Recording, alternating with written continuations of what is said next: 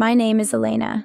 For years, I was the manager of the family, not by title, but by burden. While my mother, Diana, and my younger brother, Julian, lived a life of luxury and social galas, I was the one behind the scenes.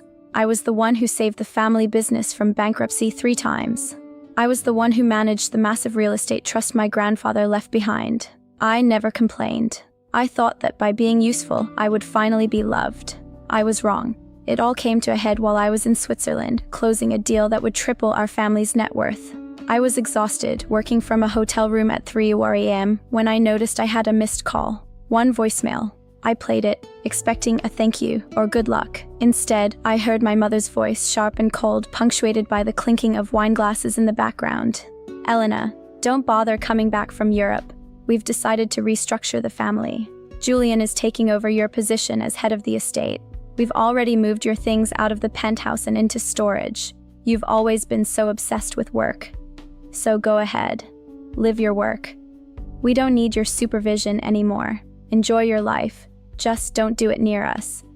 To understand why they felt so bold, you have to know Julian. Julian is 30 years old and has never held a job for more than 3 months. He spends his days on yachts and his nights in clubs.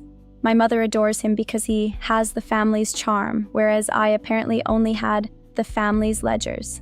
The deal they were so excited about was the Grandview Estate, a $12 million historic mansion they wanted to buy to cement their status in high society. My mother had been begging me to sign off on the funds from the trust for months. They thought that because they had fired me from the family, they would simply inherit the keys to the kingdom. They forgot one tiny legal detail. I was the sole trustee. I didn't call back. I didn't scream. I sat in that hotel room in Zurich and watched the snow fall. I felt a strange sense of relief. For 30 years, I had been the glue holding their gilded lives together. I opened my laptop. My fingers hovered over the keyboard. I had the power to freeze every single asset in the Miller family trust with one command. If I was too obsessed with work, it was time to show them exactly what my work looked like when I wasn't doing it for them. 3 days later, my mother and Julian were at the closing meeting for the Grandview Estate. They had invited their socialite friends. There was catering, expensive champagne, and a photographer.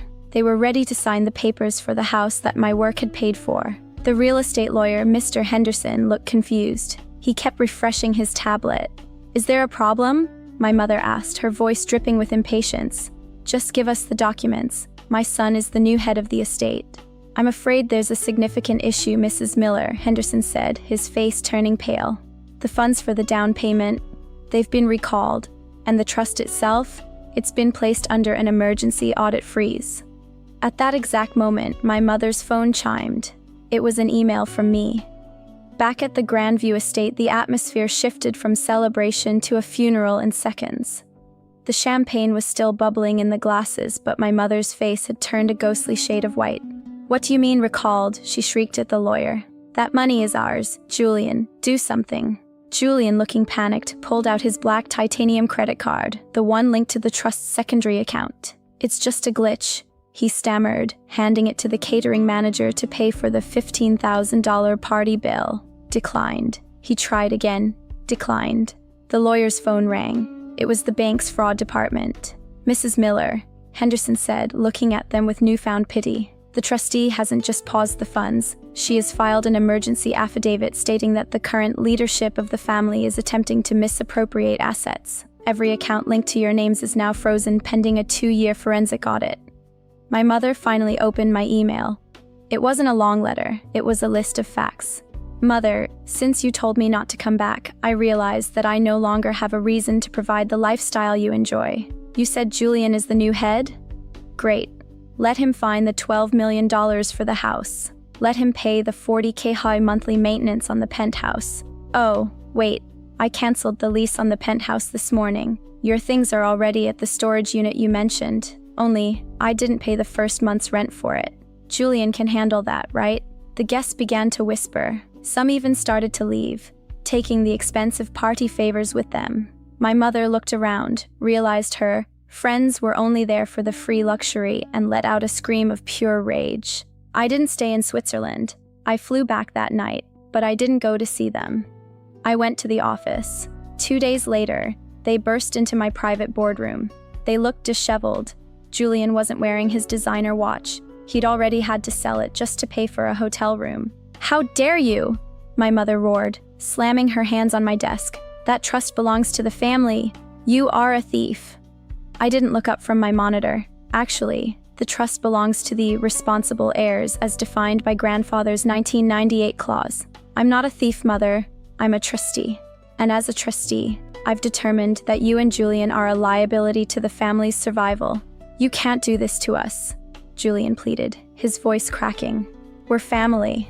Family doesn't leave voicemails telling their daughter to never come back after she spent 10 years building their fortune, I said, finally looking him in the eye. You wanted me to live my work. Well, this is my work, and you're fired. I didn't give in.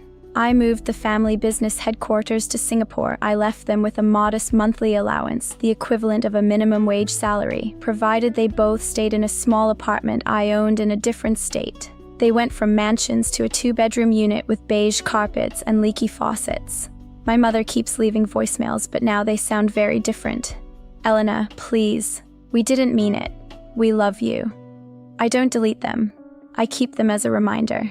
Because every time I hear her voice, I remember the silence of that hotel room in Switzerland and how much louder my success sounds now that they aren't there to spend it. My mother thought she could throw me away like trash once she thought she had my money. Now she's living on the same minimum wage she used to mock. Was I too cruel to freeze their entire lives, or did they get exactly what they deserved for that voicemail? I want to see your takes in the comments below.